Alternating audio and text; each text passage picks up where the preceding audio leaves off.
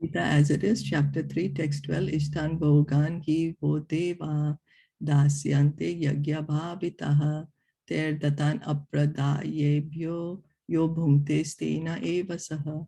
In charge of the various necessities of life, the demigods, being satisfied by the performance of yagya, sacrifice, will supply all necessities to you.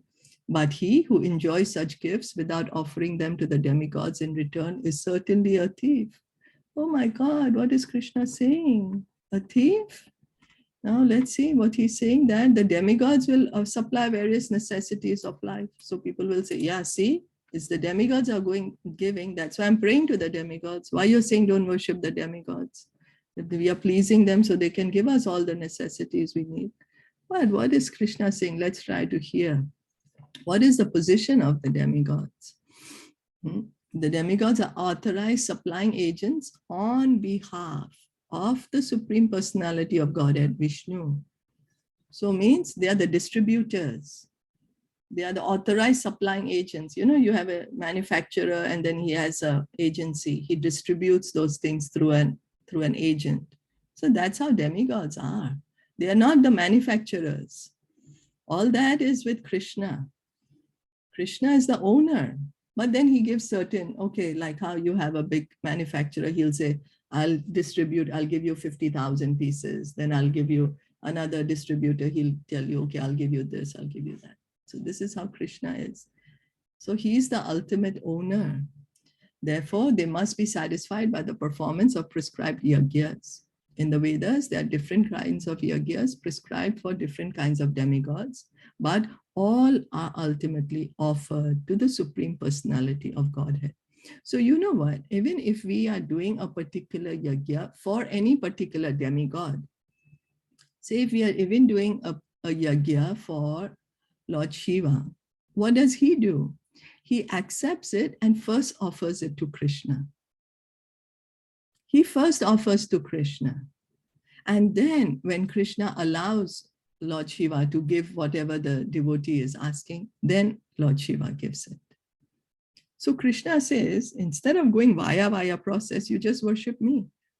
Respect all demigods, of course, respect them. We have to respect everyone, even an ant. And demigods are, after all, they are devotees of Krishna. So they are, we need to respect them, but don't worship them separately. Why? Because if you worship them, you will continue living in this material world. Our material desires are so much. We have a lot of material desires, and one desire will lead to another. That what will happen? We'll continue living in the material world. So Krishna is saying, all your material desires, you come to me. Ask me. And in that way, you will be purified and you can be liberated. So then for one who cannot understand what the personality of Godhead is, sacrifice to the demigods is recommended. According to the different material qualities of the persons concerned, different types of yagyas are recommended in the Vedas. Worship of different demigods is also on the same basis, namely according to different qualities. For example, the meat eaters are recommended to worship the goddess Kali, the ghastly form of material nature. And before the goddess, the sacrifice of animals is recommended. So the Vedas, they're giving us different worship. So the concession is given. There are certain people who want to eat meat.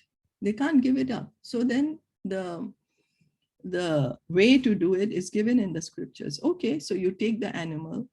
Mostly it's supposed to be a goat, never a cow.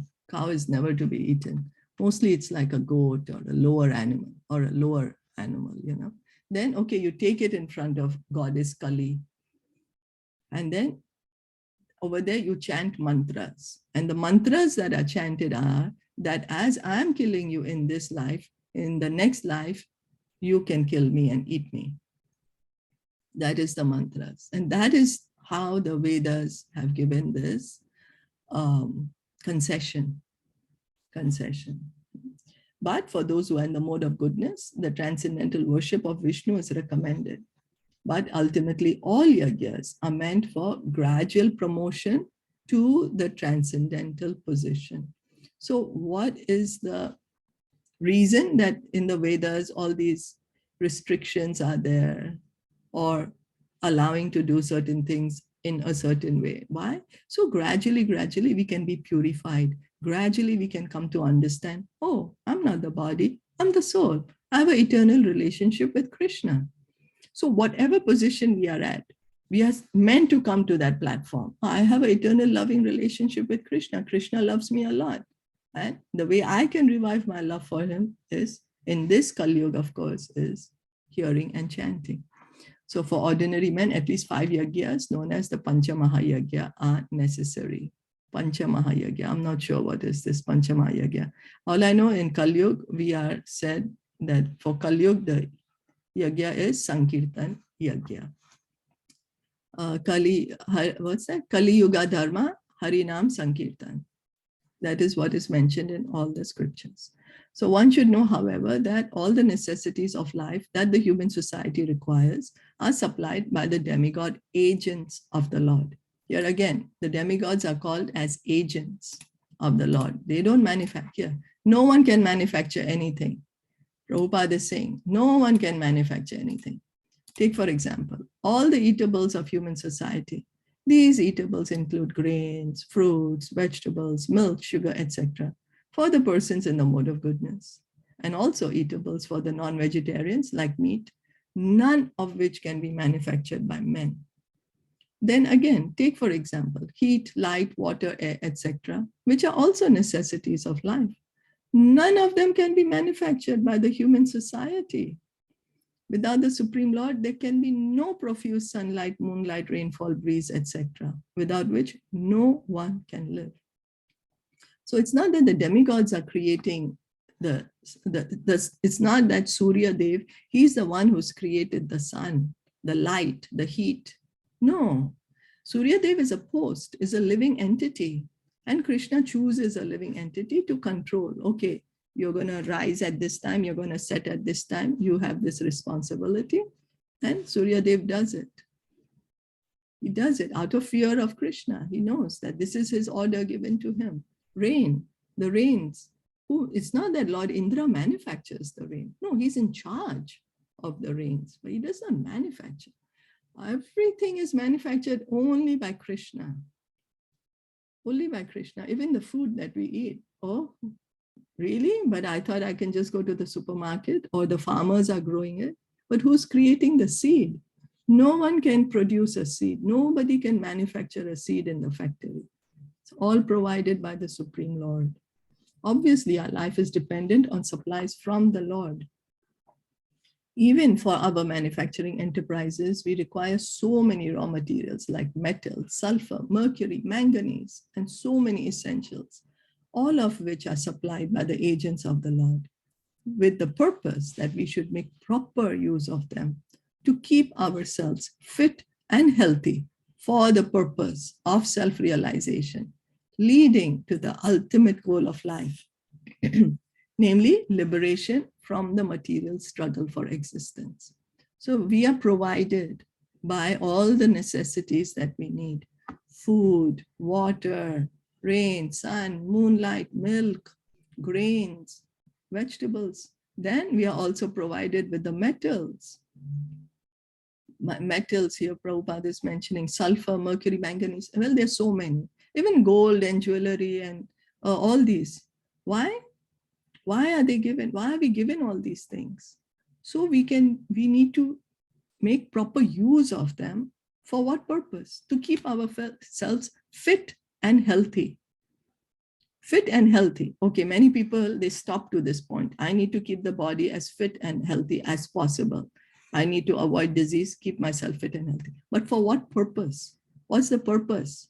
The purpose is for self-realization. We need to keep the body fit and healthy for what? For self-realization. That is the goal of life. Goal of life is not to remain healthy.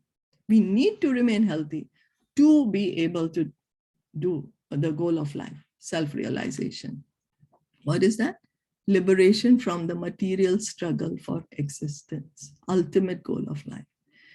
Get away from this material world. There's so many miseries. They keep raining The miseries are showering on us like cats and dogs. You know, when we say raining cats and dogs, means very heavy rain. Miseries are coming at every moment. Each living entity is subjected to either of the one of the three miseries. Could be more, but minimum one is always there. The miseries which are from our own body and mind, or the miseries caused by other living entities, or the miseries caused by natural disasters. At every moment, we are subjected to either one or more of these miseries.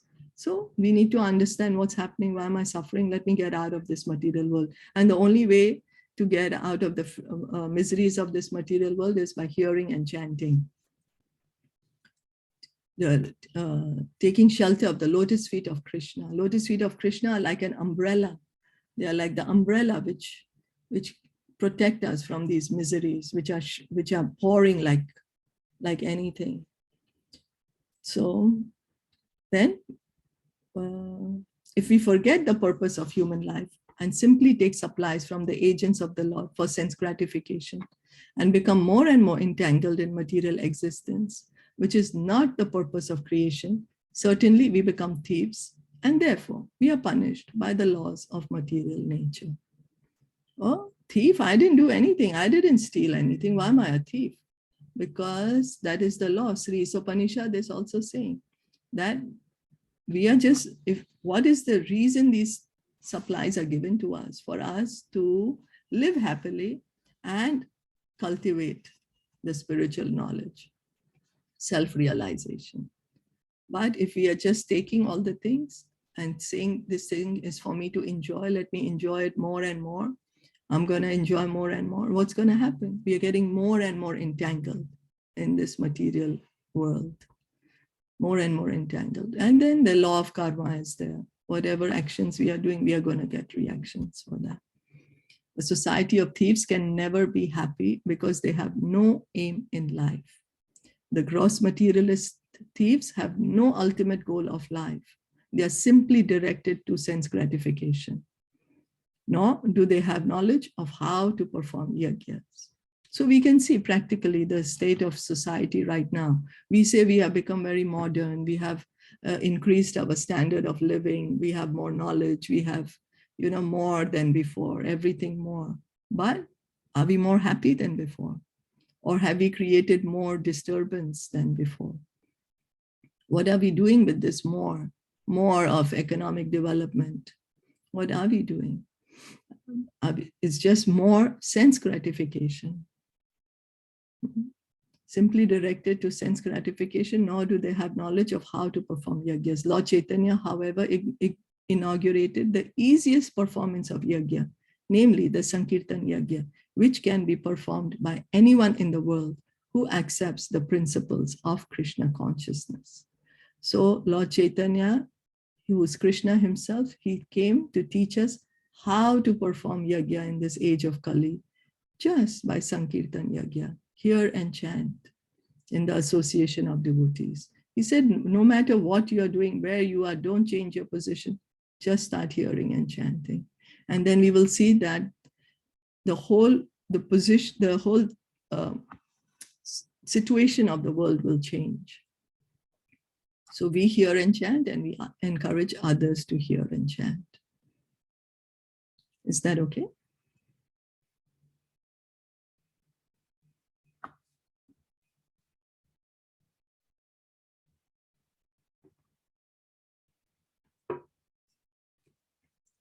So if there are no questions or comments, we'll stop here for today. Srimad Bhagavad Gita ki jai, Srila Prabhupada ki jai, Gaur Premanande, Hari Bol. Thank you so much.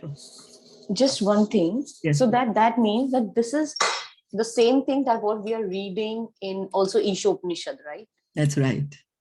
This is the same thing that's being continued, right? That's going on. Yeah, the Ishavasya principle, the first mantra. Yeah. Yavasyam sarvam idam, So this is the same thing, right? It's the same. It's all connected. It's all connected. All are connected. Yes, we can see how the scriptures are connected to each other. And what are they saying? They're saying the same thing. Accept Krishna as the Supreme Lord. You're not the body or the soul. You have an eternal relationship with Krishna. Live happily in this world. And at the same time, engage in self-realization. Okay. So take as much as we need. Okay, that makes sense. More. Yeah. Thank you. Thank you for your understanding the connection. Hare Krishna. So we'll stop here for today. Bhagavad Gita ki jai, Srila Prabhupada ki jai, Gaur Premanande, Hari Bol, Hare Krishna.